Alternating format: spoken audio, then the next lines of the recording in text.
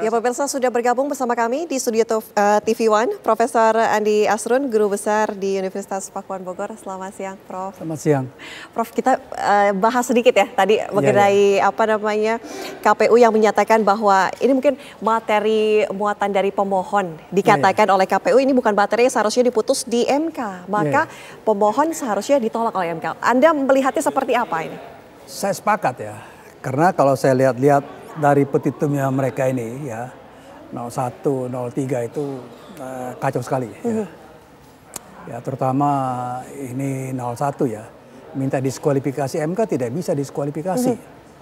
Kemudian dia perintahkan juga bahwa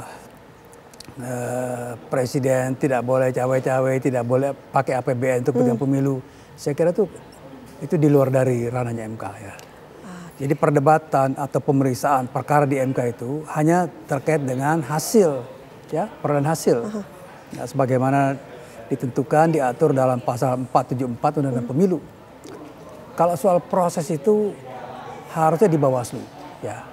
Jauh-jauh hari kan waktunya panjang sebetulnya. Ya, kalau kita ambil titik acunya adalah pengumuman quick count ya, jadi tanggal 14 itu sampai sekarang itu waktu panjang sampai KPU mengumumkan hasil ya itu panjang juga, relatif panjang dan bisa dikerjakan secara cepat. Tapi saya lihat tidak dilakukan secara sungguh-sungguh, tidak dilakukan secara sistematis ya, kemudian juga secara berkelanjutan, malah memberikan kesan kelihatannya ini adalah satu peradilan sifatnya asumtif, ya asumtif. Dan menurut saya spekulatif. Kalau tadi misalnya KPU mengatakan ini manipulatif, saya lebih cenderung spekulatif. Karena 90% itu di luar dari materi yang seharusnya diperiksa di MK. Jadi pemeriksaan ini, persidangan ini buang-buang waktu. Kalau menurut saya, buang-buang waktu. Karena begini Prof, ada narasi yang mengatakan bahwa mengacu pada Undang-Undang Pemilu, bahwa keberatan terhadap keabsahan Gibran ini seharusnya diselesaikan di Bawaslu, bukan di MK. Betul. Dan harusnya kalau keberatan terhadap Gibran ini kan berulang-ulang dibilang. Sama misalnya Hotman Paris bilang, sudah bertemu 5 kali debat kok, sudah salaman, rangkul-rangkul, masa nggak mengakui orang? Ya kan? Ini kan secara hukum, itu pengakuan itu. Nggak ada keberatan. Waktu mengambil nomor juga, terima aja semua. Harusnya ketika mau dimulai, keberatan. Tapi kan tidak keberatan. Keberatan semua ini, gugatan semua ini ada ketika kalah. Ya kan? Ketika kalah baru ngomong macam-macam. Dan kemudian mereka tidak menempuh. Kalau menurut saya ini, paslon 01 dan 03 itu tidak taat hukum. Harusnya mereka belajar betul dari lawyer itu. Pegangannya adalah undang-undang. Ya. Bukan pendapat, bukan opini, bukan asumsi. Jadi undang-undang. Kalau undang-undang mengatakan kita harus strict. Kenapa? Karena kan kita ikut berlomba. Ikut kontestasi dalam pemilu. Pegangannya ini, undang-undang pemilu. Taat pada undang-undang. Kalau Anda bikin yang lain, waduh itu namanya ngaco namanya. Ya, jadi saya lihat ini tidak konsisten ya, padahal lawyer senior juga, ya kan, lawyer senior. Jadi saya kira itu inkonsistensi ya, dan menurut saya ngaco ini.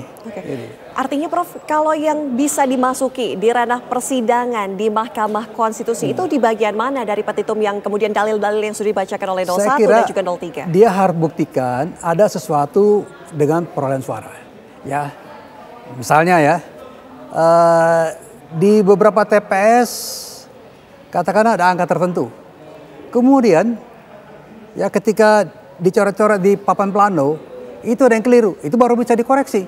Seketika dikoreksi. Kalau seandainya semua ini hitungan-hitungan di TPS, ya kemudian dibawa ke tingkat yang lebih tinggi, di tingkat PPK kecamatan, ya kemudian setelah diperiksa, ternyata ada yang keliru, itu bisa dikoreksi. Kalau tidak dikoreksi, baru dibawa ke MK. Dan kemudian begini, ini bukan soal sekedar suara-suara saja ya. Jadi prinsip dari kedaulatan, prinsip dari pemilu adalah kedaulatan rakyat. Ya. Prinsip dari kedaulatan rakyat, suara rakyat ikut memilih, pemimpinnya siapa ke depan. Itu prinsip yang mengapa suara ini penting. Tidak mungkin misalnya saya sudah dapat suara, kemudian hapuskan aja semuanya. Artinya Anda tidak bertanggung jawab, tidak bersyukur, tidak berterima kasih pada rakyat yang memilih Anda. Ya kan? Kan itu maunya dihapuskan, nggak bisa begitu. Gitu. Jadi keliru cara berpikir, titik tolaknya juga berangkatnya salah kalau menurut saya. Ini saya kutip juga Prof, dari tadi yang pihak KPU mengatakan bahwa pemohon artinya 01 dan 03 ini tidak mengajukan pembatalan keputusan KPU berkenaan dengan pencalonan Gibran di awal. Nah, tapi pihak 01 sampai 03 sempat mengatakan bahwa sudah memproses hal tersebut di Bawaslu tapi tidak diproses. Anda melihat ini seperti apa? Enggak lah. Kalau memang sudah memproses, mereka teguh dengan pendiriannya, enggak ikut dalam pemilu.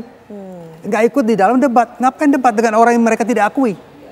Jadi namanya ini inkonsistensi, ya. Ya, hipokrisi lah kalau bisa dibilang lebih tegasnya. Ya, mereka mengajukan keberatan segala macam, konsisten dong. Kalau berkeberatan terhadap satu produk hukum, nggak usah ikut. Oke. Ya. Nah, kan ini pihak terkait adalah Paslon 02, kemudian pihak termohon adalah KPU. Nah, Bawaslu ini bertindak sebagai pengawas pemilu di awal begitu ya, Prof. Tadi dikatakan bahwa kalau ketika ada keganjilan seharusnya dilaporkan dulu ke Bawaslu. Nah, langkah Bawaslu sendiri saat ini sebagai pihak terkait lainnya itu harusnya seperti apa, Prof?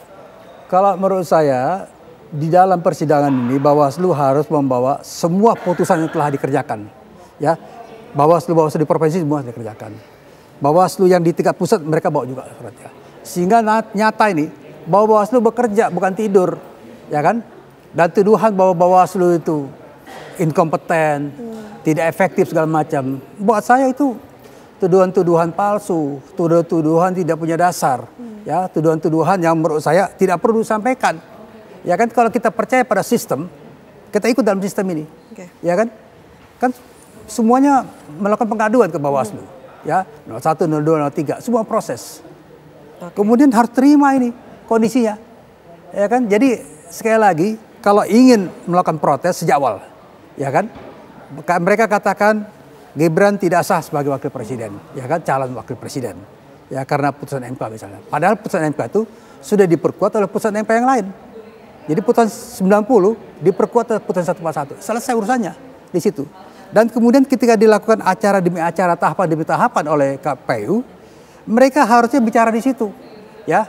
Misalnya ketika mau ada pencabutan nomor, ya, nomor peserta, mereka bilang saya nggak mau ikut. Ini keluarin dulu nih, Prabowo Gibran keluarin dulu, baru kamu mau ikut. Itu baru namanya kesatria. Mereka nggak kesatria. Jadi betul sekali lagi omongannya Hotman Paris, ini cengeng ini kayak gini-gini, ya kan? Tidak konsisten kalau menurut saya. Begini. Kalau misalnya kita petik sedikit, Prof. Mahfud sempat mengatakan begini, ketika seseorang itu kalah dalam kontestasi, mungkin saja mereka berteriak kecurangan atau ketidaksesuaian. Apakah ini terjadi? Ini yang terjadi, ya, ini yang terjadi. Kalau buat saya, mereka ini harus meniru langkah sportif, sikap sportif dari Ibu Megawati. Ya, ketika dikalahkan oleh SBY dalam pemilu 2009, dia legowo karena dilihat memang angkanya nih, apalagi Ganjar, ya, berapa persen cuman? Paling bawah nomor 3, masih kalah sama Anies. Jadi kalau menurut saya, sekali lagi dalam kontestasi itu perlu suatu sikap kesatria, ya, sikap kesatria dan konsisten sejak awal. Kalau sejak awal Anda menerima pasangan Prabowo Gibran, harusnya Anda terima, nggak usah kotak-katik lagi. Anda tinggal bertanya, apakah saksi saya sekian 800.000 sekian saksi saya di TPS itu bekerja atau tidak? Karena itu ininya, ya kan? Kan semua TPS ini ada sekitar 834.000 sekian. Ya, saya dengar misalnya katakanlah partai-partai lain 800 ribuan. Mereka bekerja. Dan sampai hari ini saya tidak pernah mendengar berita atau komplain bahwa seluruh petugas saksi di TPS komplain ada kecurangan. Enggak ada. Baru kemudian ada perintah, jangan tanda tangan. Di tingkat KPU Kabupaten Kota atau di tingkat PPK. Jadi ini intinya kunci di TPS. Enggak ada ini. Kecurangan tidak ada? Nggak ada. Dan kemudian gini, ada satu organisasi yang menurut saya punya kredibilitas tinggi, Kawal Pemilu Org. Kawal Pemilu mengatakan mengakui kebenaran Prabowo dan tidak ada pelanggaran. Ya, tidak ada pelanggaran paling tidak pelanggaran serius. Ya, jadi kalau menurut saya sekali lagi ini adalah satu sikap inkonsisten dari 01 dan 03 dan kacau di MK. Tapi Prof, gugatan ini bisakah berakhir dari diskualifikasi salah satu paslon pihak terkait 02? Nggak bisa, karena diskualifikasi tidak dikenal di dalam undang-undang pemilu. Jadi kalau melakukan sesuatu, baca dulu ini undang-undangnya. Pegang ini, lihat dulu. Jangan asal menyampaikan sesuatu, diskualifikasi. Nggak dikenal diskualifikasi. Tidak ada dalam sejarah MK, di dalam hukum tidak ada diskualifikasi. Ya, ini bukan pertandingan sepak bola yang ada diskualifikasi. Gitu. Baik, Prof, kita menuju ke MK kembali ya. Kita sama-sama saksikan ini masih berlangsung di MK dari pihak KPU yang kemudian akan menyampaikan. Kurang bagus, apalagi disuruh keluar sama security. Silakan Pak. Mohon izin yang mulia, jadi ini borongan kerjanya yang mulia. Bismillahirrahmanirrahim. Jawaban termohon terhadap perkara nomor 2 garis miring PHPU titik pres strip 2022 strip 2024 yang dimohonkan oleh pasangan calon presiden dan wakil presiden nomor urut 3 Haji Ganjar Pranowo SH MIP dan Profesor Dr. Haji Muhammad Mahfud MD.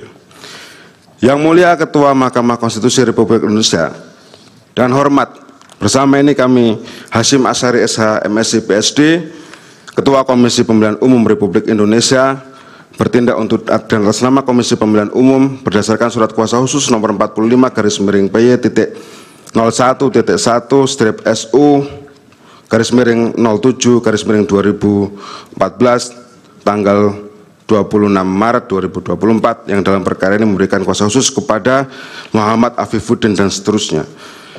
Kesemuanya adalah anggota Komisi Pemilihan Umum, advokat dan konsultan hukum pada kantor hukum firma Haikon, serta pegawai pada Komisi Pemilihan Umum yang dalam perkara ini kesemuanya berkantor di Jalan Imam Bonjol nomor 29 Menteng.